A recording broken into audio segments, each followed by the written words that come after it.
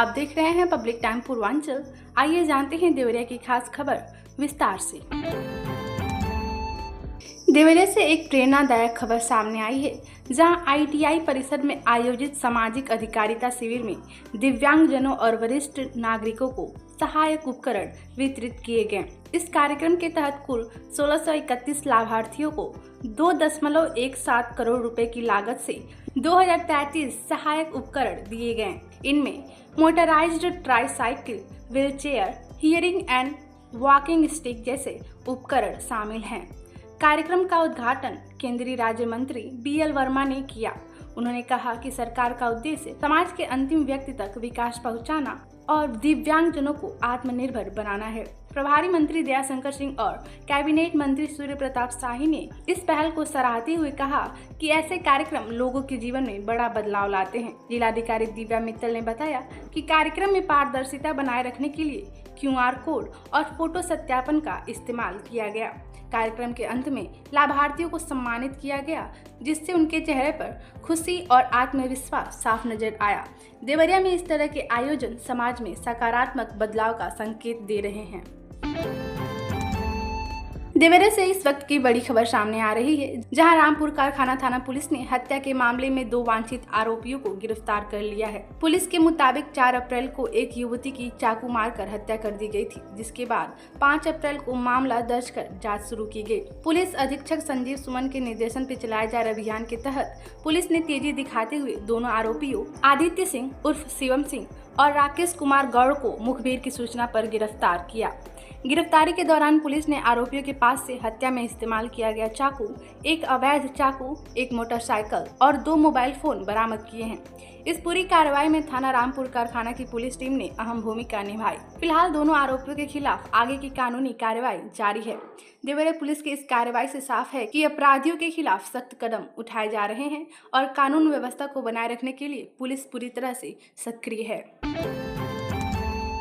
देवरिया से एक बड़ी खबर सामने आ रही है, जहां रुद्रपुर थाना पुलिस ने पॉक्सो एक्ट के एक मामले में वांछित आरोपी को गिरफ्तार कर लिया है। आरोपी की पहचान अजीत उर्फ गोलू निषाद के रूप में हुई है, जो कृतपुरा गांव का रहने वाला है। पुलिस के अनुसार आरोपी ने 16 मार्च को एक नाबालिग लड़की को बहला फुसला कर भगा लिया था। इस मामले में 19 मार्च को थाना रुद्रपुर में मुकदमा दर्ज किया गया था। जांच के दौरान साक्ष्यों के आधार पर मामले में पॉक्सो एक्ट सहित अन्य गंभीर धाराएं भी जोड़ी गईं। पुलिस ने मुखबिर की सूचना पर कार्रवाई करते हुए 7 अप्रैल को सेमरौना पुल के पास से आरोपी को गिरफ्तार कर लिया। इससे पहले पुलिस ने 21 मार्च को पीड़िता को सकुशल बरामद कर लिया था। इस पूरी कार्रवाई में रुद्रपुर थाना पुलिस की टीम ने महत्वपूर्ण भूमिका निभाई है। फिलहाल आरोपी के खिलाफ विधिक कार्रवाई जारी है। देवरिया पुलिस की इस कार्रवाई से स्पष्ट है कि महिला और बाल सुरक्षा को लेकर प्रशासन पूरी तरह गंभीर है और अपराधियों के खिलाफ सख्त कदम उठाए जा रहे हैं। देवरिया में सड़क दुर्घटनाओं पर रोक लगाने के लिए यातायात पुलिस ने सख्त रुख अपनाते हुए विशेष चेकिंग अभियान चलाया। पुलिस अधीक्षक संजीव सुमन के निर्देशन में यह अभियान शहर के प्रमुख स्थानों पर संचालित किया गया, जिसमें बस स्टैंड और कस्या ओवरब्रिज प्रमुख रूप से शामिल रहे। यातायात प्रभारी गुलाब सिंह के नेतृत्व में पुलिस टीम ने सड़क पर अव्यवस्थित तरीके से वाहन खड़ा कर सवारी भरने वाली बस, जीप, ऑटो और ई रिक्शा चालकों पर कार्रवाई की। इसके साथ ही बिना ड्राइविंग लाइसेंस, बिना फिटनेस प्रमाण पत्र और नियमों का उल्लंघन करने वाले वाहनों के खिलाफ एमवी एक्ट के तहत चालान और सीज की कार्रवाई की। कोतवाली क्षेत्र में ई रिक्शा की जांच कर सही दस्तावेज मिलने पर नंबरिंग की प्रक्रिया भी पूरी कराई गई। वहीं बिना हेलमेट और 3 सवारी बैठाकर बाइक चलाने वालों पर भी सख्ती दिखाई गई। इस अभियान के दौरान कुल 112 वाहनों का ई चालान किया गया, जबकि 2 वाहनों को सीज किया गया। पुलिस का कहना है कि इस तरह की कार्रवाई का मुख्य उद्देश्य लोगों को यातायात नियमों के प्रति जागरूक करना और सड़क हादसों को कम करना है। प्रशासन ने स्पष्ट संदेश दिया है कि नियमों का उल्लंघन करने वालों के खिलाफ आगे भी इस तरह की सख्त कार्रवाई जारी रहेगी। देवरिया जनपद में महिलाओं और बालिकाओं की सुरक्षा एवं सशक्तिकरण को लेकर पुलिस प्रशासन लगातार सक्रिय नजर आ रहा है। इस क्रम में पुलिस अधीक्षक संजीव सुमन के निर्देशन में जनपद के सभी थानों की मिशन शक्ति और एंटी रोमियो टीमों द्वारा मिशन शक्ति फेज 5 एवं शक्ति दीदी अभियान के तहत व्यापक जागरूकता कार्यक्रम चलाया गया। इस अभियान के दौरान थाना रुद्रपुर की टीम ने इमामबाड़ा क्षेत्र में महिलाओं और बच्चियों को एकत्रित कर सरकार द्वारा संचालित विभिन्न योजनाओं और हेल्पलाइन नंबरों की जानकारी दी। वहीं थाना रामपुर कारखाना की टीम ने ग्राम शाहपुर में जाकर महिलाओं को जागरूक किया और पंपलेट वितरित किए। पुलिस टीमों ने डायल 112, महिला helpline 181, women power line 1090, child helpline 1098, CM helpline 1076, one stop centre 181, स्वास्थ्य सेवा 102, एम्बुलेंस सेवा 108 और साइबर हेल्पलाइन 1930 जैसे महत्वपूर्ण नंबरों के बारे में विस्तार से जानकारी दी। इसके अलावा जनपद के अन्य थानों की टीमों ने भी सार्वजनिक स्थानों और धार्मिक स्थलों पर जाकर महिलाओं और बालिकाओं को जागरूक किया। इस अभियान का मुख्य उद्देश्य महिलाओं को आत्मनिर्भर बनाना और उन्हें उनके अधिकारों व सुरक्षा संसाधनों के प्रति जागरूक करना है। देवरिया पुलिस की इस पहल से महिलाओं में सुरक्षा के प्रति विश्वास बढ़ा है और समाज में सकारात्मक संदेश गया है। देवरिया से इस वक्त की सबसे बड़ी खबर सामने आ रही है, जहां गोरखपुर परिक्षेत्र के पुलिस उप निरीक्षक एस चन्नप्पा ने पुलिस लाइन सभागार में समीक्षा बैठक की। इस बैठक में अपराध नियंत्रण, निरोधात्मक कार्यवाही, मिशन शक्ति फेज 5 और आई गवर्नमेंट कर्मयोगी कार्यक्रम की प्रगति की समीक्षा की। डीआईजी ने अधिकारियों को निर्देश दिया कि लंबित मामलों का शीघ्र निस्तारण किया जाए और वांछित अपराधियों की गिरफ्तारी तेज की जाए। महिलाओं की सुरक्षा को लेकर भी विशेष जोर दिया गया। मिशन शक्ति अभियान के तहत महिला संबंधित अपराधों में त्वरित और संवेदनशील कार्रवाई सुनिश्चित करने के निर्देश दिए गए। साथ ही जागरूकता कार्यक्रम को और प्रभावी बनाने की बात कही गई।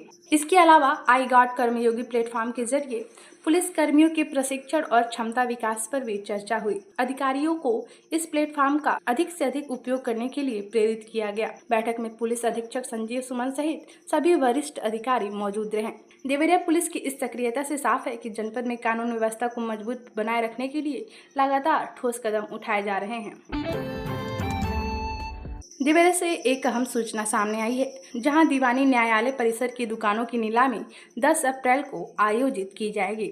नीलामी समिति के अध्यक्ष रवि यादव के अनुसार यह नीलामी वित्तीय वर्ष 2026-27 के लिए की जा रही है। जनपद न्यायाधीश के आदेश के तहत यह प्रक्रिया दीवानी न्यायालय परिसर के 10 कक्षीय भवन के केंद्रीय सभागार में शाम 4:30 बजे आयोजित होगी। इस नीलामी में भाग लेने के इच्छुक व्यक्ति निर्धारित शर्तों के अनुसार अपनी भागीदारी सुनिश्चित कर सकते हैं।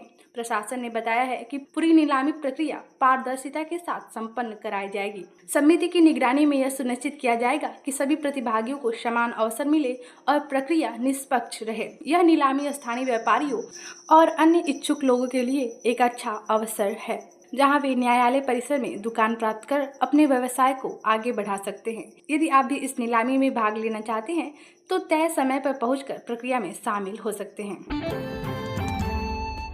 देवरिया से एक सकारात्मक खबर सामने आई है, जहां फाइलेरिया मरीजों को राहत देने के लिए MMDP प्रशिक्षण कार्यक्रम आयोजित किया गया है। पथरदेवा ब्लॉक के आयुष्मान आरोग्य मंदिर बंजरिया में आयोजित इस कार्यक्रम में 14 मरीजों को रुग्णता प्रबंधन और दिव्यांगता निवारण किट वितरित की गई।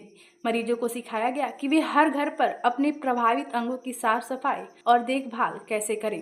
सामुदायिक स्वास्थ्य अधिकारी अजय ने बताया कि फाइलेरिया एक गंभीर बीमारी है जो मच्छरों के माध्यम से फैलती है। हालांकि समय पर पहचान और नियमित उपचार से इसे नियंत्रित किया जा सकता है। प्रशिक्षण के दौरान मरीजों को सूजन कम करने, संक्रमण से बचाव और नियमित व्यायाम के बारे में भी जानकारी दी गई। स्वास्थ्य कर्मियों ने डेमो के जरिए किट के उपयोग की विधि समझाई। इस कार्यक्रम में स्वास्थ्य विभाग की टीम, आशा और आंगनबाड़ी कार्यकर्ता समेत कई लोग मौजूद रहे। देवरिया में इस तरह की पहल से यह साफ है कि स्वास्थ्य विभाग लोगों को जागरूक करने और बीमारियों से बचाव के लिए लगातार प्रयास कर रहा है।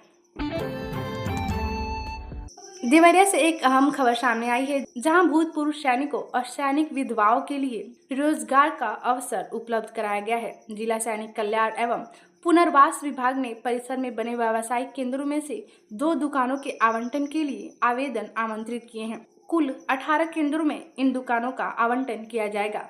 आवेदन प्रक्रिया 6 अप्रैल से शुरू हो चुकी है और इच्छुक अभ्यर्थी कार्यालय से आवेदन पत्र प्राप्त कर सकते हैं। आवेदन करने के लिए पात्र भूतपूर्व सैनिक, शहीद सैनिकों की पत्नियां और उनके आश्रित हैं।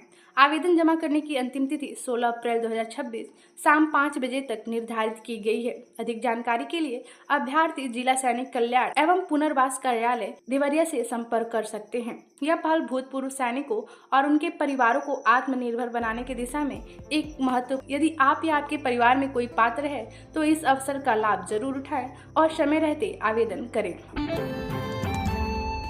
तो ये थी देवरिया की खास खबर। आप इसे देख रहे थे पब्लिक टाइम पूर्वांचल पर। मैं हूँ ईसा। नमस्कार।